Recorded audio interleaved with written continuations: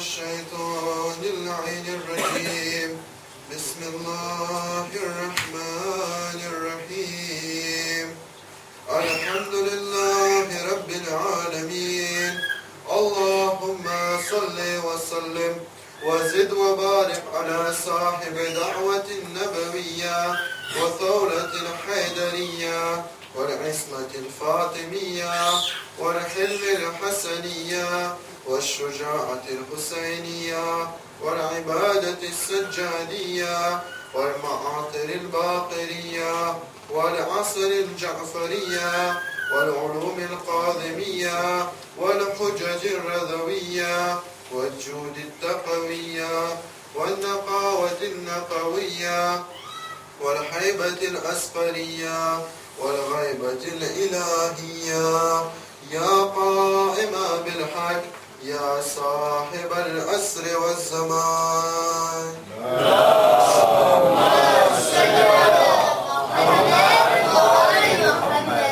أما بعد قال الله تبارك وتعالى في القرآن المجيد بسم الله الرحمن الرحيم أينما تكونوا يأتي بكم الله جميعا إن الله على كل شيء قدير اللهم صل على محمد.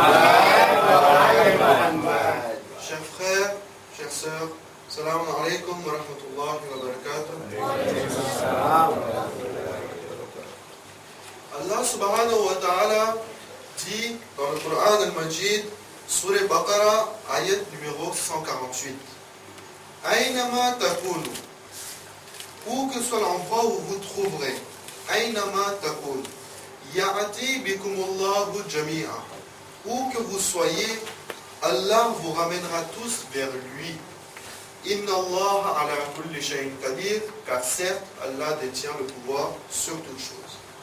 Allah subhanahu wa ta'ala dit dans ce hadith, quand viendra le temps du zuhur, quand le Qa'im dira je suis réapparu, venez vers moi, venez apporter votre aide, Allah dira je vous amènerai vers lui. Que vous soyez en Amérique, que vous soyez au Japon, que vous soyez au pôle Nord, que vous soyez au pôle Sud, que vous soyez sur Mars, que vous soyez sur Jupiter, je vous ramènerai vers lui lorsque le temps viendra.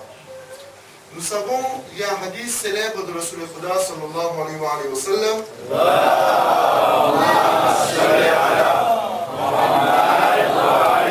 qui dit Ana madinatul ilm, je suis la cité du savoir, wa aliyun wa abuha, et Ali en est la porte. Nous pouvons apparenter ce hadith-là ici. Que dit Allah subhanahu wa ta'ala dans le ayat de Surah Baqarah? Il dit quand le temps viendra, je vous amènerai vers lui. Cette cité du savoir s'apparente à la société qu'Imam Zaman veut créer. Une société où régnera la paix, où l'oppression n'existera pas. Allah subhanahu wa ta'ala vous dit, moi ce que je ferai, c'est que je vous amènerai devant la porte de cette société-là. Vous voulez entrer dans cette société, à vous de chercher la clé, à vous de trouver cette clé. Quelle est cette clé pour accéder à cette société, pour accéder à cette cité?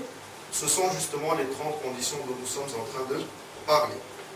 Hier, nous avons vu les 3 premières conditions que l'Imam Zaman nous imposera lors de son allégeance, lors de son bay'at. La première condition était, votre bagage avec moi sera, première condition, Amr bil Ma'ruf. Deuxième, troisième condition, vous combattrez la corruption. Aujourd'hui, je vais traiter 4 conditions pour la simple et bonne raison que la condition numéro 6 et 7 vont de pair. Donc une partie je la traiterai aujourd'hui et l'autre partie je la traiterai demain, dans le temps qui m'est imparti. La quatrième condition que l'imam Zaman va nous imposer lorsque nous allons partir vers lui et nous allons dire nous voulons faire partie de votre société, l'imam Zaman dira tu veux faire partie de ma société, et bien voici ma quatrième condition. Tu vivras dans la simplicité et la terre sera ton tapis. L'imam nous dira tu vivras dans la simplicité et la terre sera ton tapis. Que veut dire imam? L'imam veut dire si tu veux adhérer à ma société, tu devras vivre dans les conditions que je t'impose. C'est-à-dire, tu ne vas pas me réclamer un matelas orthopédique pour dormir. Tu ne vas pas me réclamer un oreiller bien douillé avec des plumes. Tu ne me réclameras pas telle ou telle chose à manger. Tu ne feras pas ce qu'on appelle des caprices. Je ne te ferai pas vivre non plus dans la misère, mais les conditions que je t'impose pour vivre, tu devras les accepter. Et tu devras vivre dans la simplicité. Maintenant, il y a une chose que nous devons savoir. Simplicité ne rime pas avec pauvreté. Nous confondons souvent les deux notions. Vivre dans la pauvreté ne veut pas dire vivre dans la simplicité.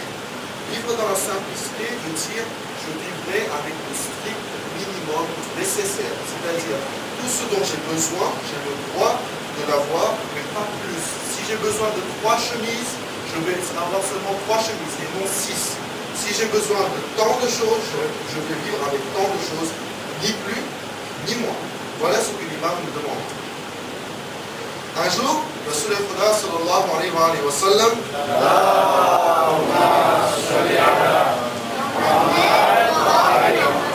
qui était sorti de chez lui pour un travail, pour quelque chose, il rentrait chez lui. Lorsqu'il rentrait chez lui, il vit sa femme, il vit Salma, car nous devons savoir que tant que Bibi Khadija al-Kubra était vivante, Rasul al-Khuda n'a pas fait d'autre mariage. Il avait seulement Bibi Khadija al-Kubra comme femme, et ce n'est qu'après son décès qu'il a eu plusieurs femmes, comme le disent les hadiths. Donc, lorsqu'il est rentré chez lui, il vit Jinabi Salma qui était en train de faire réparer sa porte, car elle était un peu abîmée. Rasul al-Khuda va voir Jinabi Salma et lui demande: Hey Salma, dis-moi, est-ce que ta porte était cassée?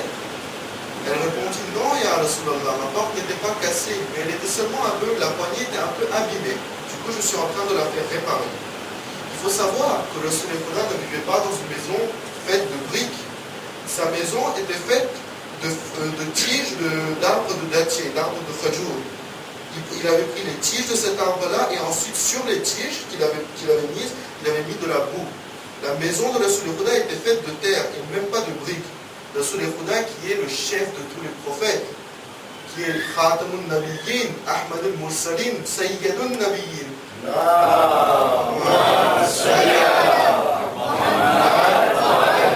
avons là un exemple de la parfaite vie avec modestie et simplicité.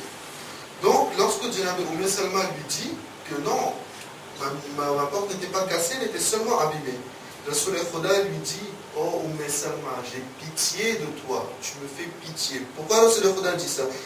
Rasul al-Khuda a dit: tu me fais pitié car tu passes ton temps à réparer cette maison qui est ta maison temporaire pour 2 jours, alors que tu peux passer ce temps-là à améliorer, à aménager ta maison qui sera la tienne pour toujours, c'est-à-dire ta maison dans l'au-delà, dans Akhirat.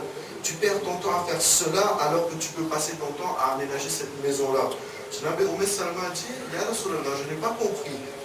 Alors Rasul al-Khuda dit: hey Salma, écoute, celui qui passe son temps à aménager que la maison d'ici, celui qui passe son temps seulement dans les choses matérielles et du monde, il ne pourra jamais améliorer et aménager sa maison dans l'au-delà. Il ne pourra jamais améliorer et aménager donc sa maison dans l'Akhirat. Il ne pourra jamais construire quelque chose qui soit durable dans l'au-delà où c'est sa vie éternelle, parce qu'il apporte trop d'importance à la vie d'ici.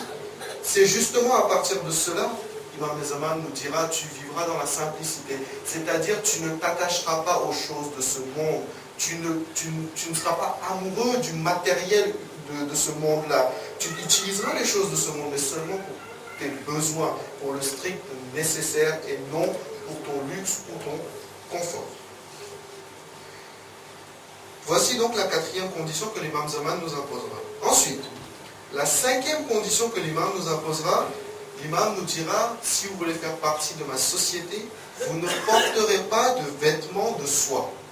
Nous savons dans le Sharia, dans la loi islamique, que les vêtements de soie pour un homme sont interdits. C'est haram de porter des vêtements de soie pour un homme. Mais si c'est haram, alors pourquoi Imam inclut ça dans les 30 conditions? Qu'ils le disent dans ces 30 conditions ou non finalement? C'est haram, c'est interdit, nous ne le ferons pas de toute façon, parce que c'est la loi islamique qui le veut ainsi. Mais alors, que veut dire Imam? Comme je l'ai dit hier, les mots de l'imam sont toujours à peser. Il faut réfléchir sur chaque mot que l'imam utilise, car ce n'est jamais au hasard, car l'imam ne se trompe jamais. Pour comprendre ce qu'imam a voulu dire, l'imam Ali alayhi salam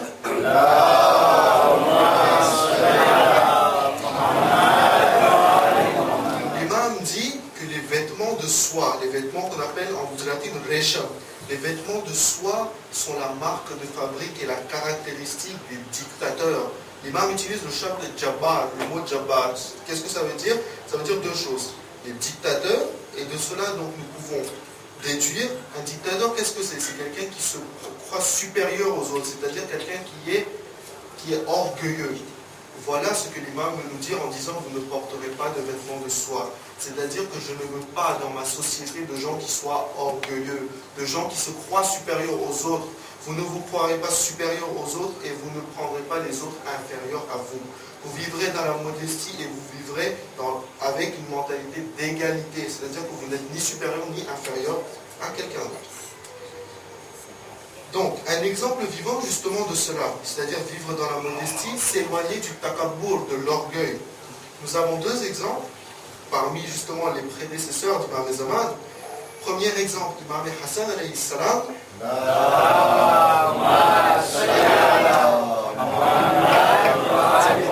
Nous savons très bien jusqu'aujourd'hui, le 15 Ramazan, nous faisons le soufflot en mémoire d'Imam Hassan alayhi salam et nous savons très bien que de son temps, ces soufflats étaient très célèbres. Tout le monde venait, que ce soit les musulmans ou ceux qui n'étaient pas musulmans, tout le monde venait manger dans son soufflot car ils savaient très bien que s'ils viennent à la porte de Hassan alayhi salam, ils n'en sortiront jamais les mains vides. Car il était le petit-fils du prophète et il obéissait au même principe que notre prophète.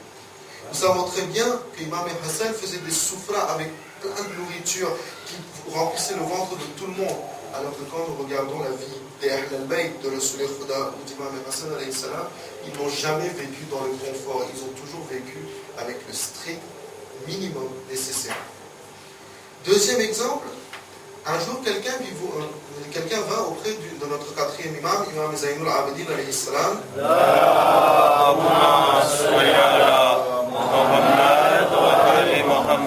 Et lui offrit un verre de lait en disant, Ya Imam, je vous offre ce verre de lait en tant que sabil pour votre père Imam Hussein alayhi salam. Notre quatrième imam prit le verre de lait. Il but un peu et ses partisans étaient là, il partagea avec tous ses partisans le verre de lait qui lui a été donné. Ensuite, l'imam se leva, il fit 2 rakats de namaz et shukr, il fit 2 rakats de namaz et shukr. Alors ses partisans lui demandèrent, Ya Imam, nous n'avons pas compris, pourquoi avez-vous fait 2 rakats de namaz? C'est la réponse de l'imam qui est à marquer. L'imam Zainul Abidin alayhi salam dit, j'ai fait ces 2 rakats de namaz et shukr auprès d'Allah, car je ne veux pas qu'Allah croie en buvant ce lait, que Allah croit que j'aime plus ce lait et que je suis négligent envers son acte d'adoration, envers son ibadat. Je ne veux pas qu'Allah croie que parce que j'ai bu ce lait, j'aime plus ce lait qu'Allah et que je suis négligent envers l'ibadat et le devoir que j'ai envers lui. Imam Zainul Abidin fait 2 rakats de namaz et shukr, un namaz de remerciement pour un verre de lait. Nous qui bénéficions de tellement de ni'mat de Allah subhanahu wa ta'ala et quelquefois qui ne nous rendons pas compte du gaspillage que nous faisons et quelquefois le kufran et ni'mat que nous faisons, quelquefois nous ne remercions pas Allah à sa juste valeur. Si nous obéissons au principe de l'imam Zainul Abidin, nous passerions toutes nos journées à nous prosterner devant Allah. Car si pour un verre de lait, l'imam Zainul Abidin fait 2 rakats, qu'est-ce que nous devrions faire pour tout ce que nous avons? Donc voilà l'exemple, comment renier le takabbour. Voilà ce que l'imam Zaman doit nous demander. Condition numéro 4, vous vivrez dans la simplicité et la terre sera votre tapis. Condition numéro 5, je ne veux pas de gens orgueilleux avec moi. Vous renierez le takabbour, vous resterez loin du takabbour, vous vivrez dans la modestie. Voilà les conditions numéro 4 et numéro 5. Ensuite, les 2 dernières conditions dont je vais vous parler aujourd'hui, avant d'aborder ces conditions-là, je voudrais vous parler de 2 questions qui sont assez communes dans notre communauté, qui ont été posées plusieurs fois. La première question est que du temps de Rasul al-Khuda sallallahu alayhi wa sallam,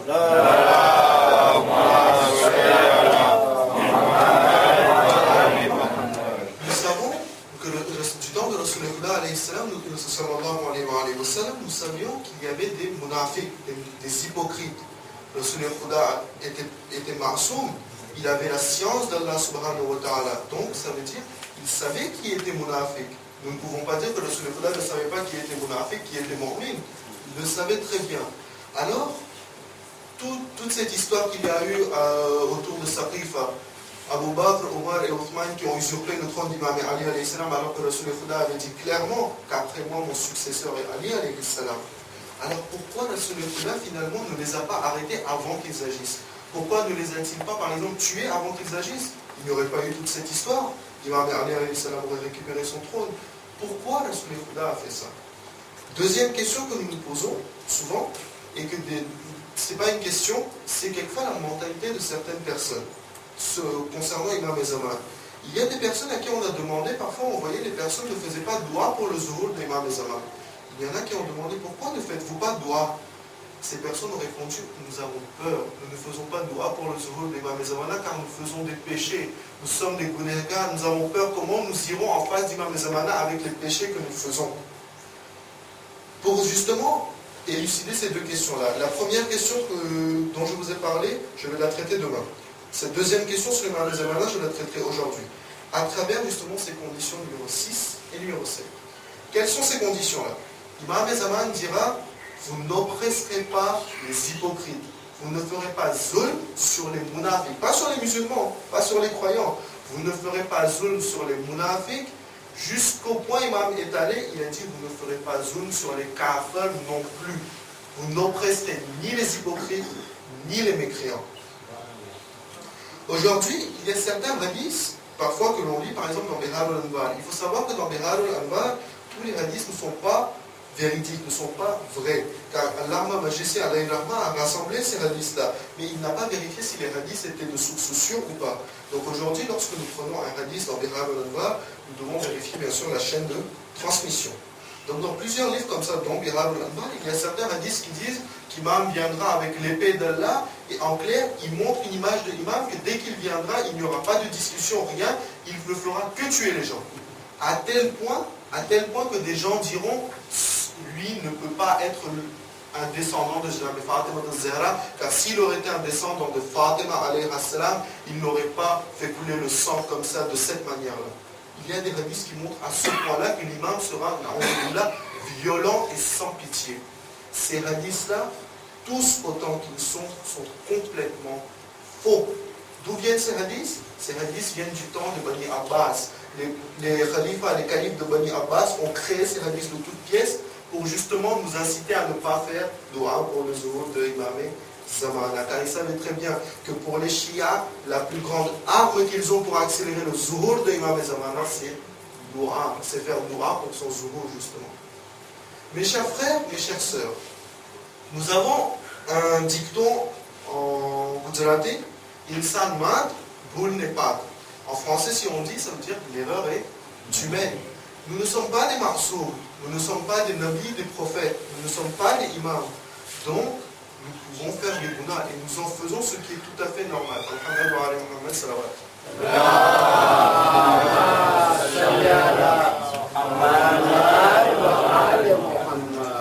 Donc, nous ne faisons, c'est normal que nous fassions des gunas.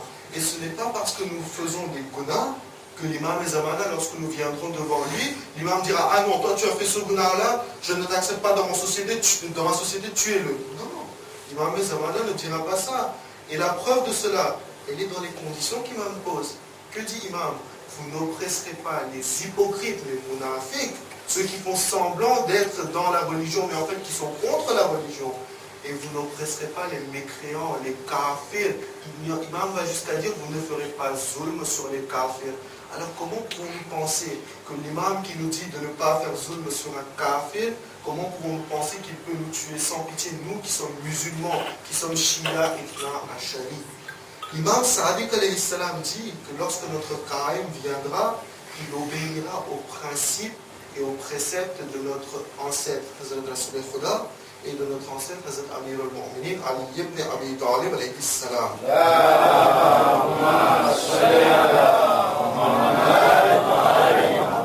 Dans toute l'histoire, dans tous les hadiths que nous avons vus, nous savons très bien, ni Rasul al-Khuda, ni Imam et Ali n'ont jamais oppressé personne. Et c'est la réponse à la question justement. Pourquoi Rasul al-Khuda ne les a pas tués? Ils étaient munafiques, certes, mais ils n'avaient pas encore agi. Du coup, Rasul al-Khuda ne pouvait pas les tuer tant qu'ils n'avaient pas commis leur acte. Ça aurait été de l'oppression. Et Rasul al-Khuda n'oppresse personne, ni les musulmans. Ça, en aucun cas, ni les hypocrites, ni les mécréants. Et c'est ce principe-là que va suivre l'imam Zamana et c'est ce qui va nous imposer à nous. Je ne le fais pas, je suis les préceptes de mon ancêtre sur les Khuda, vous ne le ferez pas non plus. Donc voilà la première partie donc, au niveau de ces deux conditions-là. La seconde partie, je la traiterai demain. Donc pour conclure, comme d'habitude, le petit cadeau que je vous offre, aujourd'hui, le hadith de Imam Zamana que je vais vous narrer est tiré toujours de Bihar al-Anwar, volume 53, page 181. Et il illustre très bien ce que je viens de vous dire. L'imam Zamana nous dit, pour accélérer ma réapparition, pour accélérer mon zuhur, priez abondamment, faites namaz, faites dua abondamment, car c'est dans cet acte que se trouve votre délivrance. L'imam lui-même dit, votre plus grande arme, votre plus grand atout pour accélérer mon zuhur, c'est namaz, c'est dua, c'est prier et faire des supplications de dua. Donc voilà, je conclue sur ce point-là, et Inch'Allah la suite, je vous la présenterai demain. وسيعلم الذين ظلموا أي منقلب ينقلبون فمحمد وآل محمد صلوات